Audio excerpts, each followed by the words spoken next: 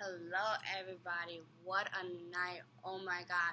From the criticism of Obamacare, the Iran deal, these 10 candidates wasted no time to let you know what they think about that. Again, Mona Salama from PolitiChicks. And Vito from the Vito&Vito Show. And let's talk about this debate. The top 10 presidential candidates, how they define their moments, how did they separate themselves from each other this Thursday night in Cleveland, Ohio. The Fox debate. Wow. Megan and Brett, you were awesome. I mean, right off the bat, Brett Baer asked, which candidate, are there any candidates here that will not pledge their allegiance to the Republican Party and endorse whoever gets the nomination, or will they run third party? And Donald Trump was the only candidate to raise his hand, which got mixed reactions in the crowd, but I know it definitely upset Rand Paul. And Rand was just like, the only reason why he's doing that because he wants to pledge his bet to Clinton's and pay his way. And wow, Rand, you just came from behind and you just started attacking and jabbing. You were the Rand Paul that all the young people love. Let's talk about that. I mean, Rand Paul definitely, he spoke the truth, bold. He definitely did not hold any punches back. Yeah. And he went after New Yorkers and New Jersey. He went after Donald Trump and Chris Christie. And if you guys don't know about New Yorkers and New Jersey, is that if you try to attack us, we're going to let you know how it really goes down. So Donald Trump gave him a word, but Chris Christie let him know the deal that, listen, all you do is blow off hot air in a room, and I did this and that. And he was like, don't you want to hug Obama again? That was a kicker. They had a few words exchanged back and forth, so that was definitely exciting. I was just really thought that he was going to go after Jeb Bush. He kind of little did, but basically just Donald Trump was like, yeah, whatever. So it was shocking. But governors and senators and a business mogul takes the stage. And what was the most disappointing part of this debate? Well, for me, I would honestly like to see more policy questions asked towards Donald Trump. I mean, Megyn Kelly really went after him, asked more questions about his character and things that he said in the last couple of weeks, instead of asking questions, legitimate questions like he asked Chris Christie and other candidates about the EPA policy, and not just about immigration reform, or because Donald Trump took credit for bringing immigration reform to the stage. Yeah. But just aside from his controversial comments recently, I would like to see more legitimate policy, political questions towards these candidates. My disappointing part of the debate was that Ben Carson and Ted Cruz didn't get enough time that they were supposed to get to ask questions and answer questions. It was really disappointing. These are the guys who know their stuff and have solutions and what's about, and they didn't get enough airtime as opposed to Donald Trump or even like Scott Walker, for example, or like even Kasich. He got a lot of airtime. So that was just like one of the disappointing part. Like I felt like 10 divided by like 120 minutes minus the commercials. I think everybody should have had a fair share of questions. Mm-hmm. And the questions was really good. Fox really nailed it off the bat. I'm like, wow.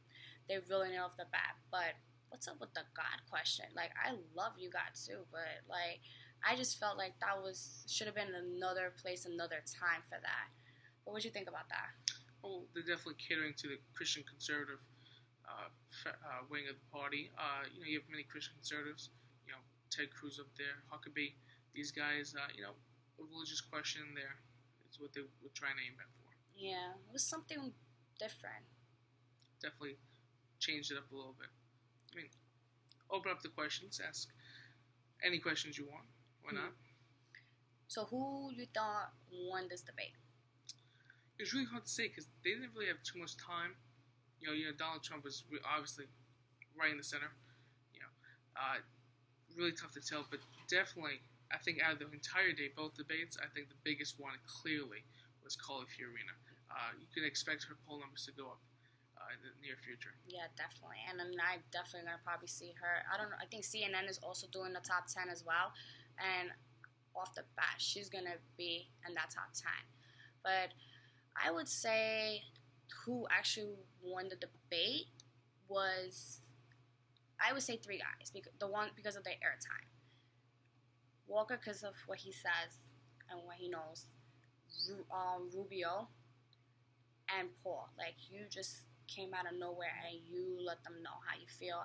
And he has every right to. If, Donald Trump is doing it, why can't he and why can't everybody else? Absolutely. And it was an interesting day. What did you think of Kasich? He got a lot of cheers, but then again, we're in his hometown. Yes, he definitely had home field advantage here, but he's polling well in New Hampshire. He just announced recently he's holding his own. Yeah. Especially here in Ohio, so that's going to be interesting to see. But I also did like Ted Cruz, how he handled and managed the microphone.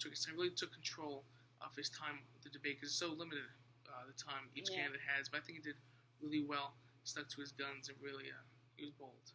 Even Donald Trump, he actually stood to the Q points. He didn't go off rally like we saw with the underdogs, the Gang of Seven, I call low-tier candidate, when Kasich, not Kasich, I'm sorry, wow, it's been a long day. Lindsey Graham, when they asked about Planned Parenthood, he talked about troops in Iraq. So he went off the bat and then around the world. I don't know what he was talking about. You definitely saw more organization and more coaching. They were very well coached in the main debate. And it was shocking to actually hear a question about police. Everybody knows I'm very pro-cop, and I will always stick to, Blue Lives Matter. And I'm been dying to hear this from candidates. What do they think of what's been going on with the tensions thanks to Obama that has created a rift between the community and the police? And one question got it, and Scott Walker got that question, and it angered a lot of Black Lives Movement. But they always get angry. If you say all lives matter, they get angry about that too. So apparently it was the biggest criticism about that. But, I expect to hear more about this tensions that, Obama has created between the police officers and, communities where we're seeing, crazy amounts of, police getting shot and killed at, and, nobody has respect for police officers anymore, and it's not right. And it's disgusting, and that needs to change ASAP. And I hope, the next Republican debate, or the next time a Republican contender has a chance to answer this question, they can find a way to talk about this, because this is a really big issue. And thanks to Obama, we have to let people know that this is not right. But, wow, let's talk about the selection.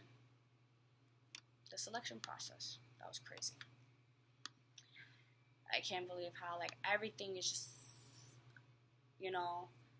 Donald Trump, thinks he's been selected out, and he didn't get asked the questions of policy. He got questions asked personal, and he said that she was mean and inappropriate, and she picked on me. What do you think of that? I mean, Megyn Kelly, I know, strong critic of Donald Trump for a while, but she really went after more of his character comments, what he's been saying, instead of legitimate, more political questions that she gave to the other candidates, which I think she should have been a little more fair with the questions, instead of asking by his political correctness why he says certain things. We know he's brash, he speaks his mind, but more on his policy, his reforms, what he would do if elected. I think she warned them, I'm coming after you, I'm going to let you know about that, I'm going to ask you the hard-hitting questions, you're not going to like it. So he actually was prepped about, issues in policy. He was not prepped of what she was going to ask. And, he got a jab from her. So it was like a Ronda Rousey right there. Well, he definitely fired back. Certain questions, you don't have to ask about certain comments you had when you were working on the Apprentice on the show.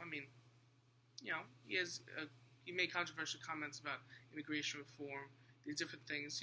What's he going to do with the IRS? There's many different questions you can easily ask. You ask other candidates, you can ask him, because he's first place in the polls. He had a legitimate shot at the presidency. He has to answer these questions. Yeah. So there's going to be a lot up until the next debate, which is in 5 weeks, I think. September. Wow. I don't want summer to end this time, And we shall see how the numbers are pulling up, and we'll just see what's going to happen. And we'll keep you guys informed as always. We promise you that. And we're going to let you know how it is, because that's where we're from New York. We'll tell you how it is. So before we fall asleep, I'm on a shoulder. It's been a long day. I was doing this in the middle of the night. Media just finished. So at Political Crazy on Twitter and at Vito&Vito Show. Once we get a little more rest, we'll be recapping, covering more of the debate and the 2016 race. Stay tuned. Night.